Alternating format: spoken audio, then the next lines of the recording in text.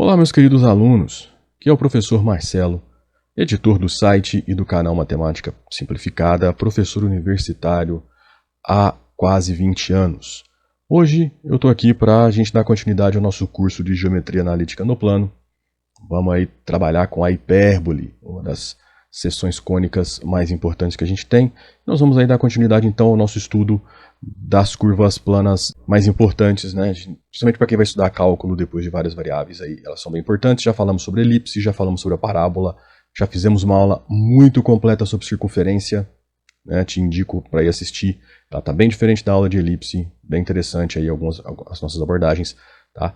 E agora vamos falar sobre a hipérbole, fechando essas curvas principais. Bom, e o que nós vamos ver nessa aula? Nessa aula a gente vai estudar basicamente a hipérbole no plano. Tá? Essa curva é uma curva formada pelos pontos do plano cuja diferença das distâncias em valor absoluto a dois pontos fixos nesse plano é constante. Tudo bem? Ficou um pouco rápido demais, não se preocupe em entender isso, vamos falar sobre isso em detalhes, né? E usando figuras para ficar mais fácil de você entender. Porque o nosso roteiro prediz que nós vamos falar sobre a definição e a construção da hipérbole, vamos falar sobre os elementos de uma hipérbole, a equação da hipérbole com centro na origem, que é a mais simples. Depois nós vamos dar um salto de dificuldade, vamos colocar esse centro fora da origem e falar sobre a equação da hipérbole.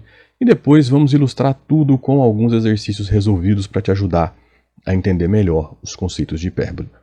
Mas antes da gente entrar na aula, eu gosto sempre de fazer alguns pedidos e dicas. O primeiro pedido, curta essa nossa aula. O segundo pedido, compartilhe com seus colegas. O terceiro pedido, se inscreva no nosso canal. Tá? Isso é muito importante para nós. Duas dicas de dois livros, Geometria Analítica, do Alfredo Stembruch e Paulo Interli, e Geometria Analítica com Tratamento Vetorial, de Paulo Boulos e Ivan de Camargo. Dois livros essenciais de Geometria Analítica em português. Ok? Os dois são facilmente encontrados, os links para vocês encontrá-los estão aí na descrição, tá? É só ir lá que você vai encontrar os dois. Também na descrição tem o link do nosso artigo que serviu de base para essa videoaula. Tá bom? Então, vai lá que você tem tudo. Uma dica extra, livro Coordenadas no Plano, do professor Elon Lages Lima. Um livro um pouco mais difícil de você encontrar, acho que só no site da Sociedade Brasileira de Matemática que você consegue encontrá-lo. Mas é um livro espetacular, principalmente para quem acha essa linguagem acadêmica desses dois livros de geometria analítica um pouco mais complexa. O professor Elon dá uma introdução, são bem farta aí da geometria analítica no plano, tá? Bem interessante a abordagem que ele tem. Depois você embarcar nesses dois livros. Claro, se você tiver tempo para fazer isso. Se não, eu te indico ir nos nossos artigos, que são resumos do que de principal existe nesses dois livros e alguns outros que eu acho importantes, inclusive o livro do professor Elon. Tá ok? Chega de papo, vamos para a nossa aula. Bom, a hipérbole vai ser representada por nós no plano cartesiano ou no plano euclidiano, tá? Que é um sistema de eixos ortogonais num plano, tá certo? Que são perpendiculares e têm a mesma origem O. Disse que o eixo X é o eixo horizontal e o eixo Y é o eixo vertical, aquele plano cartesiano que você já trabalha há muito tempo para fazer os gráficos das suas funções. Para quem está aqui seguindo o nosso curso de Geometria Analítica, já está mais do que acostumado com ele, assim como com a fórmula da distância entre dois pontos no plano euclidiano, que vai ser a base para a nossa equação da hipérbole. Tá? Então esse conceito é muito importante. Dados dois pontos P1 e P2 no plano, com suas respectivas coordenadas x1, y1, x2, y2, para você obter a expressão da distância entre esses dois pontos, que a gente vai colocar como d de P1 e P2, né, a gente vai usar o Teorema de Pitágoras e vai chegar nessa formulazinha aqui. Ó. Formulazinha conhecida, né, raiz quadrada de x1 menos x2 ao quadrado, mais y1 menos y2 ao quadrado. Tá bom? Distância euclidiana. Na nossa primeira aula sobre o R2, né, sobre o plano euclidiano, a gente demonstra essa fórmula, a gente chega nela, tá? E se você não sabe de onde ela vem e quer entender, só assistir nossa aula de plano euclidiano, que está lá no início do nosso curso de Geometria Analítica no Plano. Isso posto, vamos falar propriamente do que é uma hipérbole. Umas 3 aulas atrás a gente falou sobre as seções cônicas. Como que a gente obtém curvas planas através de cortes de um plano em um cone. Tá? A hipérbole é a nossa última dessas. Já falamos sobre a parábola, já falamos sobre a elipse, já falamos sobre a circunferência, agora vamos falar sobre a hipérbole, que é uma curva gerada quando o seu plano corta uma superfície cônica num ângulo mais acentuado do que o da sua reta geratriz. Tá bom? Quando você tem um ângulo menos acentuado, você pode ter uma elipse ou uma parábola. Grosso modo, a elipse seriam duas parábolas espelhadas, tá? Mas aí você tem que considerar algumas coisas que são um pouco diferentes, tá? Mas grosso modo seria isso, para simplificar bastante. Então, ao contrário das outras três curvas geradas pela interseção do plano com a superfície cônica, a hipérbole vai ser a única delas que vai ter dois ramos. Como que a gente constrói uma hipérbole? Bom, a hipérbole é o lugar geométrico dos pontos do plano, cuja diferença das distâncias em valor absoluto a dois pontos fixos desse plano é constante. Essa é a mesma frase que eu usei no início da videoaula, tá? Mas agora nós vamos mostrar isso de uma forma visual. Nós vamos fixar dois pontos no plano, que vão ser os pontos F1 e F2. Esses pontos estão fixos. Logicamente, você tem uma distância entre eles, tá? Que eu vou chamar de 2C. Essa distância aqui é 2C. E aí, eu vou estabelecer uma outra distância fixa, que é 2A, de forma que 2A seja menor do que 2C. O que acontece? A hipérbole ela vai ser gerada pelo conjunto de pontos, cuja subtração da distância de F1 até P com a distância de F2 até P em módulo seja igual a 2A. Tá bom? Então, como você tem uma subtração, esses valores podem ir em módulo crescendo indefinidamente. O que acontece? Pela definição em módulo, então, quando para você tirar o módulo, essa subtração tem que ser igual a mais ou menos 2A. Por isso, por causa desse mais ou menos, é que a hipérbole é uma curva com dois ramos. Tá? Se P estiver no ramo da direita, a diferença é positiva.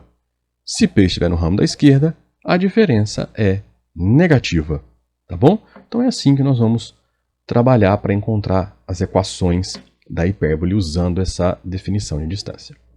Vamos agora falar sobre algumas coisas importantes da hipérbole. Então, se a gente considerar que nesses dois pontos, F1 e F2, existe um segmento, né? Um segmento F1, F2, né? Que está aqui, ó. A reta suporte desse segmento, ela pode ser para mim trabalhada como uma espécie de eixo da minha hipérbole, tá? Que é o eixo que a gente vai chamar de eixo real.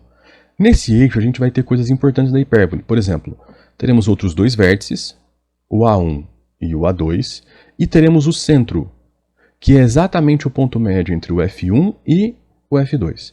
Por consequência, ele também vai ser o ponto médio entre o A1 e o A2. Lembra daquele A que a gente estabeleceu como distância fixa para definir a hipérbole? Pois é, esse C também vai separar o A1 e o A2 como sendo seu ponto médio, né, entre esses dois pontos. Logo, a distância de A1 até o ponto C também é A, e a distância de C até o A2 também é A. Tá bom? Então, a distância de A1 até A2 é 2A. Ok? A distância 2C é chamada de distância focal, a gente vai falar sobre os elementos daqui a pouco. Tá? E aí, a gente também vai ter daqui a pouco um eixo que a gente vai chamar de eixo imaginário. Tá? Que vai ser esse eixo perpendicular que está aqui. Mas, a priori, o que a gente precisa observar aqui é que a distância de A1 até o foco é igual à distância de A2 até o segundo foco, que as distâncias de A1 até A2 é igual a 2A, né? E que a distância do centro a cada um dos vértices, ou a distância do centro a cada um dos focos, também tem uma distância simétrica. Tá? Isso que é o importante para nós nesse momento. Bom, isso posto, a gente pode falar agora dos elementos da hipérbole de uma forma mais detalhada. Bom, o primeiro, obviamente, vão ser os focos, que são os pontos F1 e F2. Tá? Perceba que aqui eu ainda não coloquei a minha hipérbole num eixo coordenado, eu estou só falando sobre ela. Bom, esse F1 e F2, eles descrevem um segmento que tem um tamanho que eu vou chamar de distância focal, que é a distância entre os focos. Tá? Logicamente temos o centro, que é o ponto médio entre os focos, então ele é definido como ponto médio entre os focos. O fato dele ser o ponto médio entre os vértices A1 e A2 é uma consequência dele ser o ponto médio entre os focos. Tá? Por que uma consequência? Porque, na verdade, a distância de F1 a A1 tem que ser igual à distância de F2 a A2. Os vértices A1 e A2 definem o que nós vamos chamar de eixo real ou transverso, né? Que é o segmento A1 a A2, que tem comprimento 2A. Então, a distância de A1 até A2 tem comprimento 2A, logo a distância de C a qualquer um dos vértices A1 ou A2 mede A. E aí, nós teremos um eixo imaginário ou conjugado, que vai ser o segmento B1, B2, de comprimento 2B, de forma que B1, B2 seja um segmento perpendicular ao segmento F1, F2, tá? E que passe pelo ponto C. Com isso, a gente vai descrever um triângulo retângulo, de forma que C quadrado é igual a A quadrado mais B quadrado pelo Teorema de Pitágoras. Tá bom? Então, esse valor B, que determina aí o nosso eixo imaginário, ele está ligado com as medidas de C e de A. Logicamente, esse retângulo aqui, formado por esses pontos aqui, ó,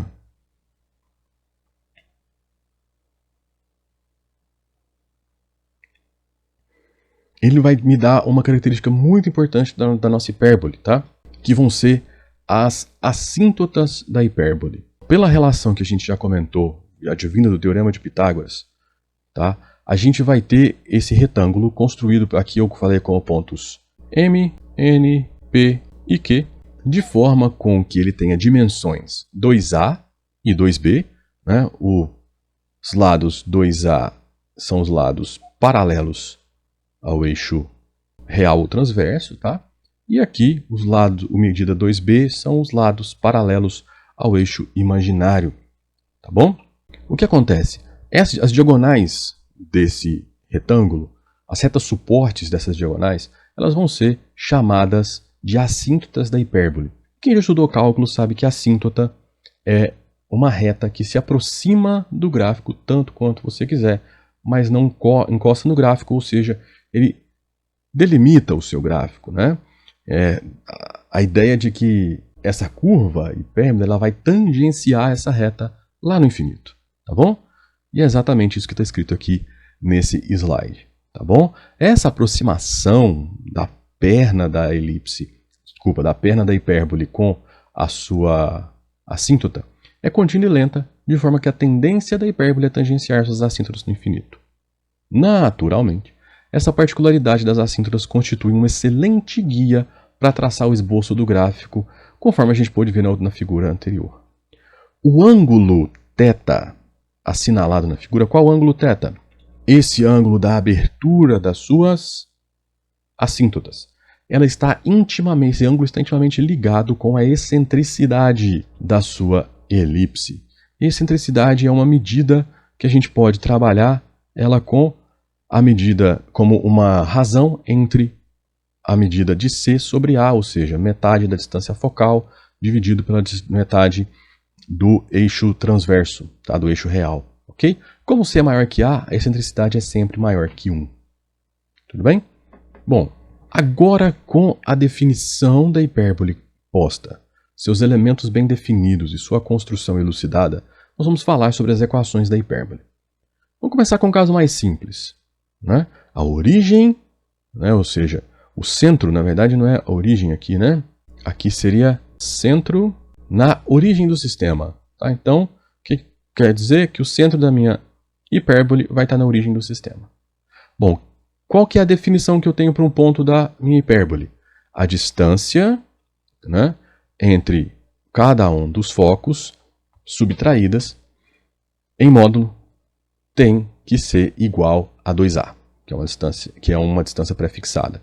Então, estabelecendo essa distância 2A, colocando primeiramente os meus focos sobre o eixo x, ou seja, o meu eixo real está sobre o eixo x, tá? Então vai ser menos c e 0 o primeiro foco, c e 0 o segundo foco. Por quê?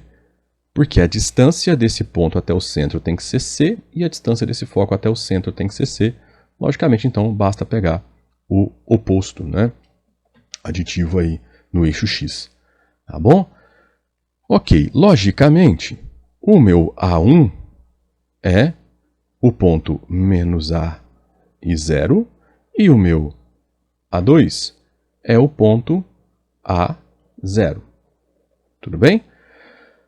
Mas vamos lá, partindo da definição da elipse, partindo da definição da hipérbole, você tem aqui então que a distância em módulo do ponto P genérico da hipérbole aos focos tem que ser igual a 2A.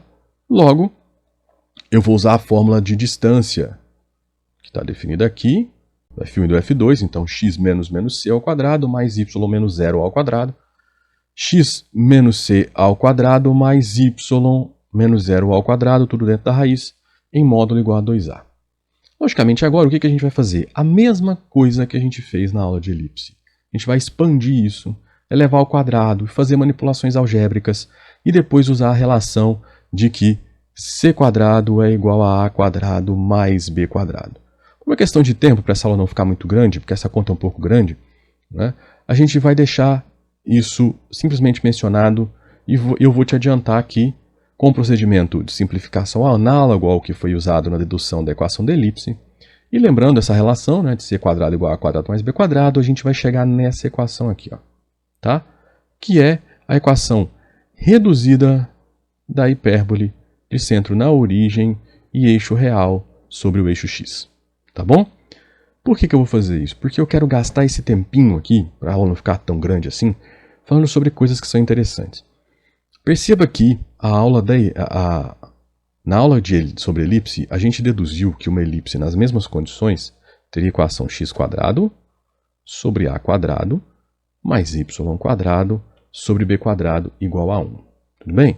E aí a gente mencionou o seguinte, para você saber onde está o seu eixo maior da elipse, é você pegar qual valor que é maior ao quadrado. Então, por exemplo, se o b quadrado, se o valor que está sobre o y for maior do que o valor que está sobre o x, então o seu a quadrado estaria de cá e o seu eixo maior estaria sobre o eixo y. Essa é a regra. Agora você vai ficar atento não mais ao a ou b, você vai ficar atento ao sinal. Quem está com sinal positivo? A variável que estiver com sinal positivo é a variável onde está o eixo real. Tá bom? Seu eixo real está sobre aquele eixo. Independente se aqui é maior do que aqui. Tá bom? Então, no caso da hipérbole, fique atento ao sinal. Sinal de negativo indica eixo imaginário, independente do tamanho desse eixo imaginário. O eixo imaginário pode ser maior do que o eixo real. No segundo caso, bom, se o eixo real está sobre o eixo y, o que vai acontecer? Perceba que o sinal, ó, da sua equação está no x. Então, o eixo x é o seu eixo imaginário. Perceba que aqui tem b quadrado e a quadrado. O que eu falei lá na primeira equação é que não importa que o a seja menor do que o b. A medida do eixo real pode ser menor que a medida do eixo imaginário, que é o contrário do que acontece na elipse. Na hipérbole, o que determina qual é o eixo real e o eixo imaginário é o sinal. Ok? Mas o que está sobre o y é a medida do eixo real e o que está sobre o x, nesse caso, é a medida do eixo imaginário. Por quê? Porque o sinal de negativo está no x ao quadrado. Então, essa daqui, usando as mesmas ideias que a gente usou no primeiro caso, vai ser a equação da hipérbole com o eixo real sobre o eixo y. Perceba que aqui, ó, os seus focos agora têm coordenadas 0c e 0 menos c. Por consequência, o seu A1 é 0 menos A e o seu A2 é 0 e A. Por consequência, também, o seu B vai estar aqui e aqui, né? Então, esse daqui vai ser menos B e 0 e esse daqui vai ser B e 0, tá bom? O que acontece agora quando você tira o centro da sua hipérbole e coloca em qualquer outro ponto que não seja a origem? Você vai fazer uma translação igual você fez na elipse, tá? Então, basicamente, vão ser as mesmas equações, só que agora você vai incluir no numerador x menos o x do centro, y menos o y do centro, tá? Essa equação aqui, ó, é uma equação que você pode reconhecer de cara que o seu eixo real é paralelo ao eixo x. Por quê? Porque o sinal de negativo está no y. Simples assim. Então, olhando para cá, você sabe que essa é uma hipérbole com centro no ponto HK, tá? Com o eixo real de medida A paralelo ao eixo x, e eixo imaginário de medida B paralelo ao eixo y. Tá? Então essa é a equação reduzida dessa hipérbole. Da mesma maneira que é a hipérbole que está representada aqui. Ó. O que a gente fez? A gente só pegou aquela hipérbole cujo centro estava aqui e trasladou toda ela para cá. Ok? A mesma coisa vai acontecer quando você tem uma hipérbole com o eixo real paralelo ao eixo y. Olha só o que aconteceu. A mesma lógica, y menos y do vértice, desculpa, y menos y do centro, x menos x do centro, b quadrado sobre o eixo x. Por quê? Porque o sinal de negativo está com o eixo x, então ele é o eixo imaginário, paralelo ao eixo imaginário. Como o positivo está com o eixo y, ele é paralelo ao eixo real. Ok? Então, o nosso a quadrado é o que está aqui embaixo. Lembrando sempre que o a, no caso da hipérbole, pode ser menor que o b. Eu insisto muito nesse ponto porque é a maioria dos locais onde os meus alunos erram. Tá? Confundem aí com o que acontece com a elipse. Ok? Então, basicamente é fazer uma translação. Se você entender o que aconteceu na elipse e na parábola, é a mesma lógica aqui para a hipérbole. Tá? Por isso que eu deixo a hipérbole por último.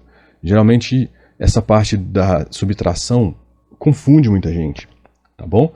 E aí, como você já está acostumado com transladar elipse, parábola e circunferência, transladar a hipérbole é simplesmente algo semelhante. Tudo bem? Bom, então agora, com a teoria... Bom, então era isso que eu queria falar para vocês sobre hipérbole, uma aula completa para vocês, né, com bastante exercício, que é o que importa para você entender como manipular bem essas coisas, né, essas equações. E aí fica a pergunta se você gostou dessa nossa aula, se ela te ajudou. Se você respondeu sim, eu peço para você nos apoiar. Curta essa aula, compartilhe com seus colegas que você acha que vai ajudá-los. Né? Se inscreva no nosso canal. Se você quiser apoiar ainda mais a gente, faça um Pix para nós, tá aí a nossa chave Pix. Qualquer valor apoia a gente para a gente manter o site no ar e também manter o canal. Tá bom? Esses valores pagam os custos do site. Lembrando que na descrição você encontra todos os links para os artigos do site usados nessa aula. Tá? São 2 artigos, um sobre hipérbole e um sobre exercícios resolvidos de hipérbole. Tá bom? Bem como dos livros citados ao longo dessa aula. Então era isso, eu espero vocês na próxima aula. Abraços e até a próxima.